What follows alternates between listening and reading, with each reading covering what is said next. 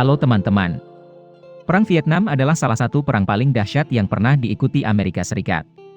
Pada masa paling sengit, AS dan sekutunya menggunakan berbagai senjata pemusnah massal, yang hingga hari ini masih mempengaruhi generasi masyarakat Vietnam. Hari ini, kita akan melihat kembali sejarah, untuk melihat senjata apa itu. Yang pertama adalah senjata kimia, yang biasa disebut agen oranye. Karena itu oranye, sebuah herbisida dan defolian.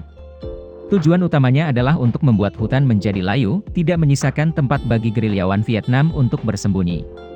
Pada saat perang meningkat, terutama periode 1961 hingga 1971, AS menggunakan senjata ini dalam skala yang belum pernah terjadi sebelumnya. Diperkirakan 45 juta liter racun dijatuhkan, meliputi area seluas sekitar 24.000 km persegi. Mereka tidak hanya merusak lingkungan tetapi juga kehidupan manusia. Terutama menyebabkan mutasi genetik pada generasi sekarang dan banyak generasi yang akan datang. Diperkirakan 3-4 juta orang Vietnam terinfeksi, pada tingkat yang berbeda-beda, antar generasi. Agen oranye juga membahayakan kesehatan tentara Amerika, serta sekutu mereka, Australia, Korea Selatan, dan Selandia Baru.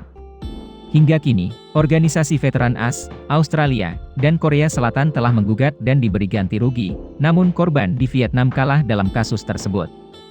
Meskipun AS telah meminta maaf kepada para korban Vietnam, sayangnya, sangat sedikit dari mereka yang dapat mendengar dan mengerti. Senjata kedua yang digunakan AS adalah bom napalm, salah satu senjata pembakar paling mengerikan yang digunakan manusia dalam perang. Ini terdiri dari campuran bahan bakar yang mudah terbakar, biasanya bensin, dan napalm. Ketika mereka digabungkan bersama, itu akan menciptakan cairan koloid, dengan daya cengkeram yang kuat pada benda-benda, mudah terbakar bahkan di bawah air.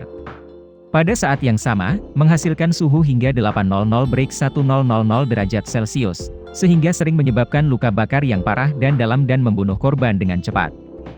Tidak hanya membunuh orang, itu juga menghancurkan rumah dan bangunan, menyebabkan kerusakan besar pada properti.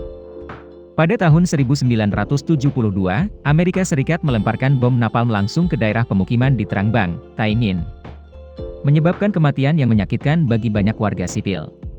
Banyak orang Amerika senang memperdebatkan masalah hak asasi manusia di Vietnam, terutama sering mengkritik pemerintah Vietnam karena catatan hak asasi manusianya. Tetapi apa yang telah mereka lakukan? Siapa yang akan mengkritik dan mengutuk? Karena sifatnya yang merusak dan kejam, bom napalm dilarang segera setelah penggunaannya dalam Perang Vietnam. Jika Anda telah menonton berita baru-baru ini, Anda mungkin tahu, AS dituduh menggunakan bom fosfor putih di medan Perang Suriah. Senjata terlarang dalam daftar PBB. Alasan pelarangan itu karena sifat destruktif bom ini.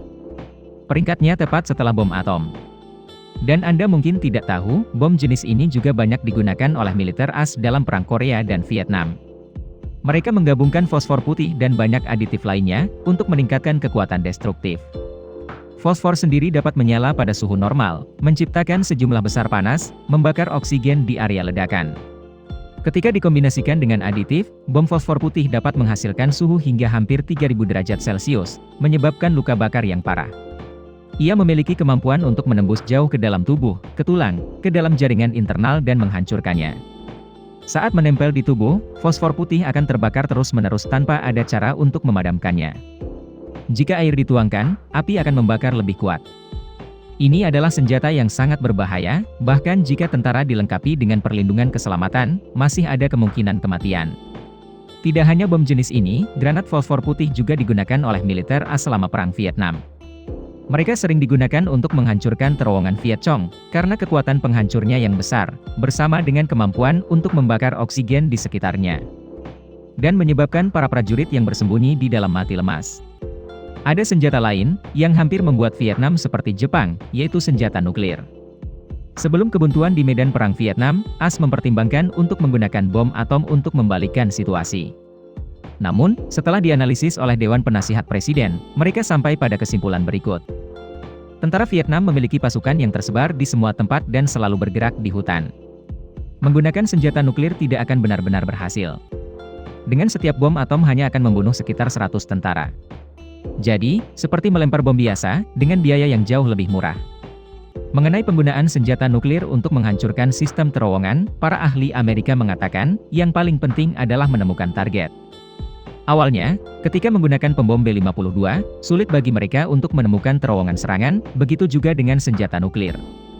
Mereka perlu menemukan target mereka, atau mereka ingin membuang uang keluar jendela. Selain itu, jika AS menggunakan senjata nuklir, Uni Soviet atau Cina, salah satu dari kedua negara ini tidak akan tinggal diam. Pada saat itu, kedua kekuatan sosialis ini mendukung dan bersedia membantu Vietnam. Jadi jika AS menggunakan senjata nuklir, ia akan kehilangan lebih banyak daripada yang akan diperolehnya. Jadi rencana itu dibatalkan, bukan karena sentimen atau moralitas. Video berakhir di sini. Terima kasih semua untuk menonton dan menyukainya. Jika menurut Anda videonya bermanfaat, beri kami suka dan berlangganan saluran untuk mendukung kami. Sampai jumpa dan sampai jumpa lagi.